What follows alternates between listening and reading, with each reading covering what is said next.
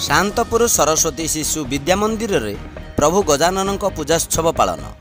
निशनकोइली block शांतपुर ठारे अग्रणी घरोई शिक्षानुष्ठान सरस्वती शिशु विद्या मंदिर रे प्रभु गणेश पूजाोत्सव आनंद उल्लासर सहित पालन हो सारी।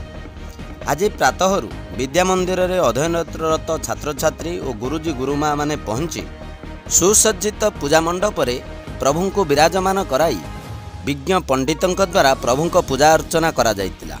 एही पूजा कार्य रे विद्या मंदिर प्रधान आचार्य सुशील कुमार बिशोई कर्ता कार्य तुलाइथिले। एक शांतिमय परिवेश आयोजित पूजाोत्सव रे छात्र छात्री मानकर श्रृंखलार सहित पूजाोत्सव को उपभोग करिवार देखिबा को मिलिथिला। एही कार्यक्रम रे अनुष्ठान परिचालना कमिटी समेत विद्या मंदिर रे कार्यरत गुरुजी मिहिर कुमार जेना, भगीरथ बारिक, सुरत राउत, डंबरुधर परिड़ा, नारायण महापात्र, राजीव लोचन महांती, गुरुमा उषाराणी विश्वाल, एलिना बारिक, श्रीलता महापात्र, निरुलता पाणी, मोनालिसा दास, दीप्तिमयी दास और अन्य समस्त गुरुजी गुरुमा माने दायित्वर सहित सुचारू रूपे संचालन करथिले।